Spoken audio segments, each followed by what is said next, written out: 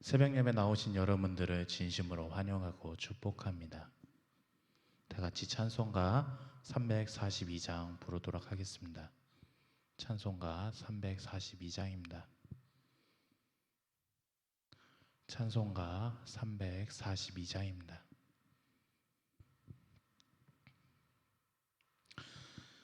너 시험을 당해 죄 짓지 말고 너 용기를 다해 곧 물리치라. 너 시험을 이겨 새 힘을 얻고 주 예수를 믿어 늘 승리하라. 우리 구주의 힘과 그의 위로를 빌라. 주님 내 편에 서서 항상 도우시리. 내 친구를 삼가 잘 선택하고 너행을 삼가 늘 조심하라.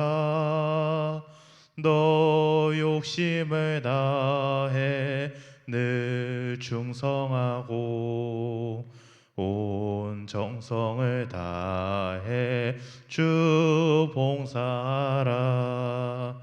우리 구주의 힘과 그의 위로를 빌라.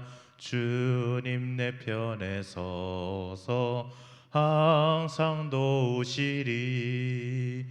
잘 이기는 자는 상 받으리니 너 낙심치 말고 늘 전진하라. 내 구세주 예수 힘 주시리니 주 예수를 믿어 늘 승리하라. 우리 구주의 힘과 그의 위로를 빌라. 주님 내 편에 서서 항상 도우시리. 아멘. 다 같이 기도하시겠습니다. 언제나 살아서 역사하시는 하나님 아버지 참으로 감사드립니다. 지난날도 지켜주시고 아무 탈 없이 새하늘 새 첫 시간을 주님께 드릴 수 있겠음을 참으로 감사드립니다. 주님, 저희들의 각각의 기도 제목들이 있습니다. 그 기도 제목들을 응답하여 주시고 주님, 저희들이 쓰이는 곳곳마다 주님의 영광만 나타날 수 있게 하여 주시옵소서. 아픈 사람 있습니까? 치유하여 주시고 병든 사람 있습니까? 치유하여 주시옵소서. 이제 말씀을 전하고자 합니다. 이 말씀 가운데서 주님께서 하시고자 하는 말씀을 저희들이 깨닫게 하시고 그 말씀을 가지고 살아갈 수 있게 하여 주시옵소서. 감사드리며 사랑과 은혜가 많으신 예수님 이름으로 기도드리옵나이다. 아멘. 다 같이 오늘 보실 말씀은 스바냐 1장 1절에서 13절 말씀입니다. 스바냐 1장 1절에서 13절 말씀입니다. 제가 가지고 있는 성경책으로는 구약성경 1306쪽입니다. 스바냐 1장 1절에서 13절 말씀입니다.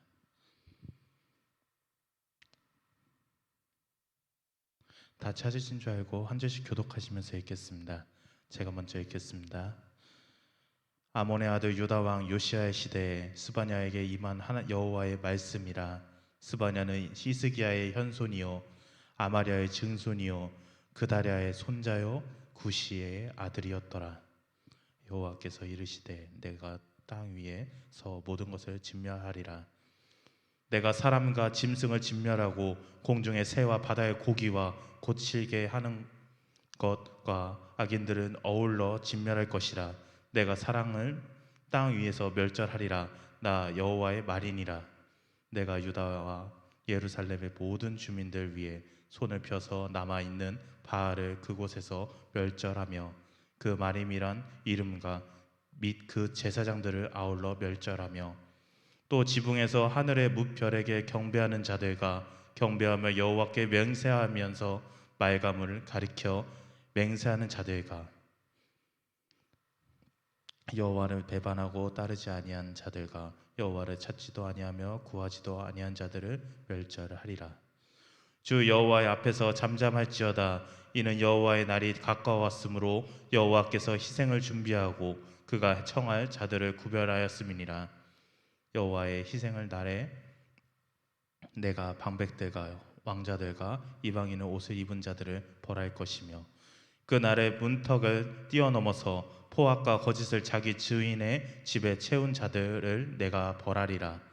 나 여호와가 말하노라. 그 날에 어문에서는 부르짖는 소리가 제2구역에서는 울음소리가 작은 산들에서는 무너지는 소리가 일어나리라. 막대쓸 주민들아 너희는 슬피 울라. 가나안 백성이 다 패망하고 은을 거래하는 자들이 끊어짐이라. 그때 내가 예루살렘에서 찌꺼기 같은 가라앉아서 마음속에 스스로 이르기를 여호와께서는 복도 내리지 아니하시며 화도 내리지 아니하시리라 하는 자들을 등불로 두루 찾아 벌하리니 그들의 재물이 노략되며 그들의 집이 황폐할 것이라. 그들이 집을 건축하나 거기에 살지 못하며 포도원을 가꾸나 그 포도주를 마시지 못하리라. 아멘. 기독교는 공의의 종교입니다. 공의는 기독교 신앙에서 아주 중요한 요소입니다. 우리가 믿는 하나님은 공의로우신 분이시기 때문입니다. 하나님은 불의의 용납을 하지 않으십니다. 하나님은 언제나 공의로운 분이시어서 의로운 사람에게는 상금을 내리시고 악한 사람에게는 심판을 내리시는 분입니다.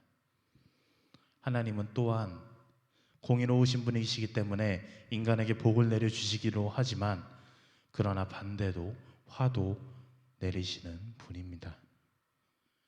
하나님께서 이와 같이 상급을 주시는 것과 심판을 내리시는 것은 언제든지 공의로서 행하십니다.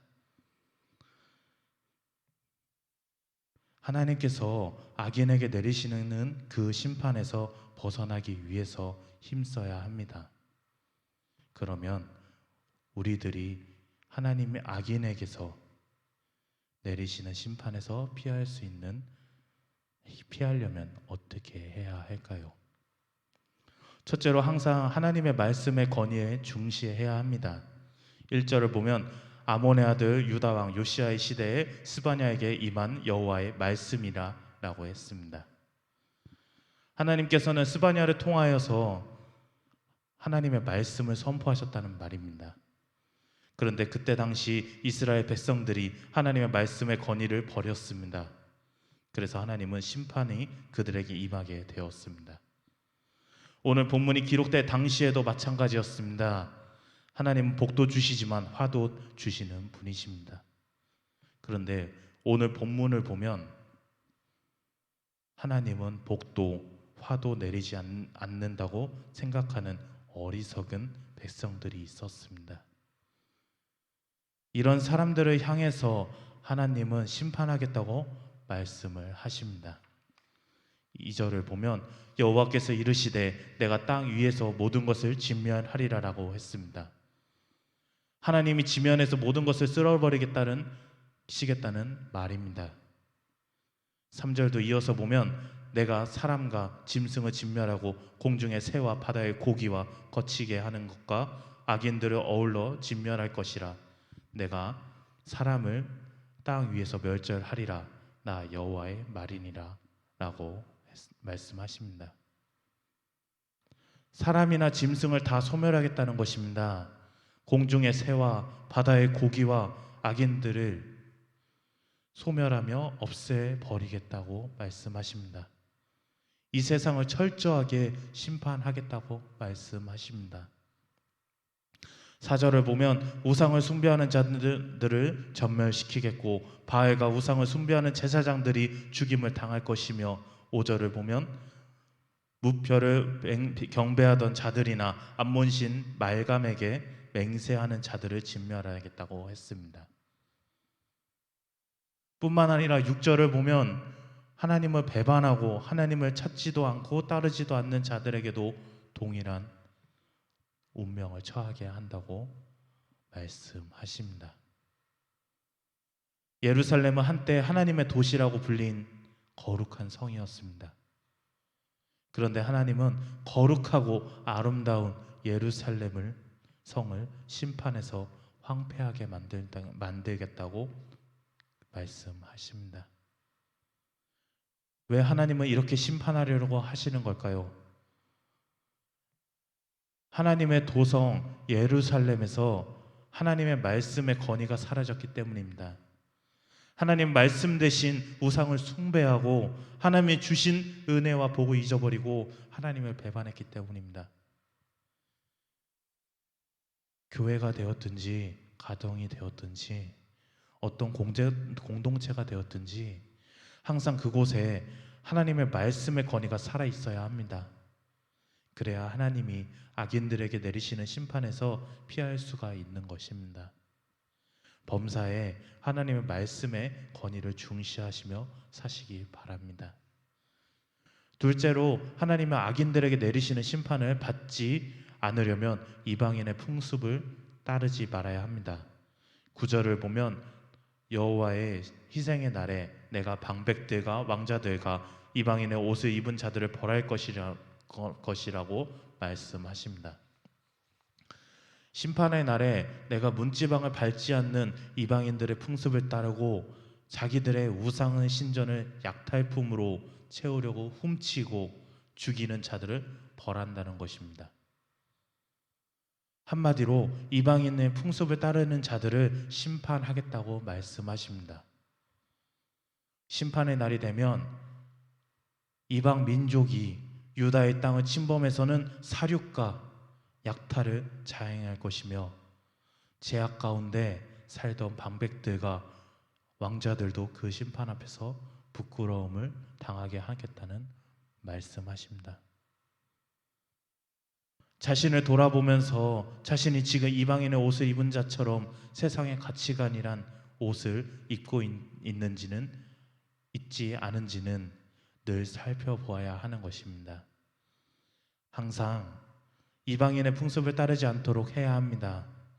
불신자들의 생활 방식을 따르지 말고 불신자들의 가치관을 따르지 말고 불신자들의 생각을 공유하지 말아야 하는 것입니다. 그래야 하나님이 악인들에게 내리시는 심판에서 피할 수 있는 것입니다. 셋째로 범사에 하나님을 인정해야 합니다. 12절을 보면 그때 내가 예루살렘에서 찌꺼기같이 가라앉아서 마음속에 스스로 이르기를 여호와께서 복도 내리지 아니하시며 화도 내리지 아니하시리라 하는 자들의 등불로 두루 찾아 벌하리니 라고 말씀하십니다. 하나님을 향하여 복도 내리지 않으시고 화도 내리지 않으신다고 말하는 것은 곧 이 세상에 다스리는 하나님을 인정하지 않는 것입니다. 죄악 가운데 빠져 있어서 하나님은 선한 일도 하지 않으시고 악한 일도 행하지 않는다면서 하나님을 자신의 생활과 전혀 무관한 존재로 여기고는 하나님을 무시하는 것입니다. 하나님은 그러한 자들에게 심판을 내려서 재물과 집 그리고 포도원까지도 모두 잃어버리겠다고 말씀하십니다. 스바냐는 그 심판의 구체적인 모습도 묘사했습니다. 10절을 보면 예루살렘의 어문 즉 생선문에서 부르짖음이 들릴 것이고 예루살렘의 둘째 구역에서 통곡 소리가 들릴 것이고 여러 작은 산에서 요란한 소리가 들릴 것이고 11절을 보면 예루살렘에 사는 주민들과 장사하는 자들이 다 사라지고 말 것이라고 말했습니다. 13절을 계속해서 이어서 보면 재산을 약탈을 통해 당해서 없어지고 집도 파괴될 것이고 집을 건축해도 그 집에서 살 수 없게 되고 포도나무를 심어도 포도주를 마시지 못하게 될 것이라고 말씀하십니다. 하나님을 인정하지 않는 자들에게 내릴 하나님의 심판이 어떠한지를 잘 묘사해 주었습니다. 여러분들은 이러한 심판을 받지 않기 위해서 범사에 하나님을 인정하며 사시기 바랍니다. 이제 말씀을 맺으려고 합니다. 사랑하는 성도 여러분, 모든 사람은 하나님의 공의로운 심판을 받게 됩니다. 이때 악인들에게 내리시는 하나님의 심판에서 피하고 도리어 칭찬과 상급을 받기 위해서 더욱 힘쓰시길 바랍니다. 오늘 말씀과 같이 범사에 하나님의 말씀의 권위에 중시하며 살고 이방인 즉 불신자의 풍습을 따르지 않고 살아야 하며 범사에 오직 하나님을 인정하며 사시는 저와 여러분들이 되시길 바랍니다. 아멘. 다 같이 찬송가 338장 부르도록 하겠습니다. 찬송가 338장입니다.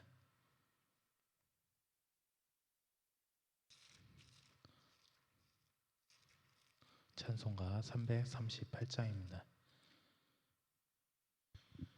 내 주를 가까이 하게 함은 십자가 짐 같은 고생이나 내 일생 소원은 늘 찬송하면서 주께 더 나아가기 원합니다.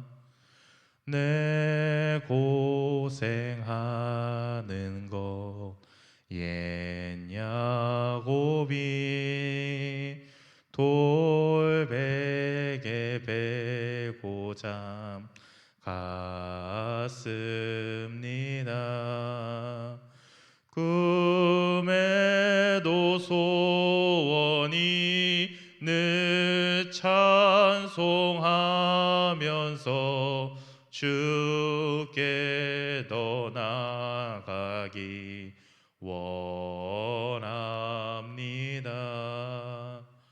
천성에 가는 길 험하여도 생명길 대나니 은혜로다. 천사 날 부르니 늘 찬송하면서 주께 더 나아가기 원합니다. 야곱이 잠 깨어 일어난 후 돌단을 쌓은 거 본받아서 숨질 때 되도록 늘 찬송하면서 주께 더 나아가기 원합니다.